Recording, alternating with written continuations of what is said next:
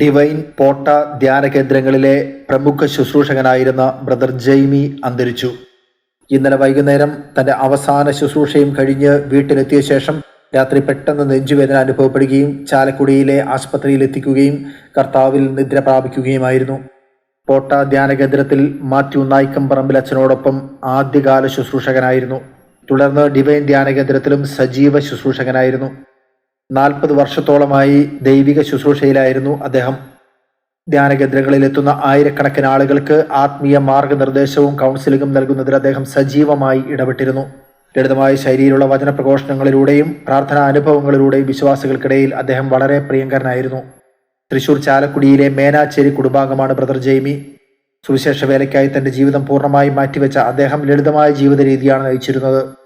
വ്യാഴാഴ്ച രാവിലെ ബ്രദറിന്റെ ഭൗതിക ശരീരം പൊതുദർശനത്തിന് വയ്ക്കും.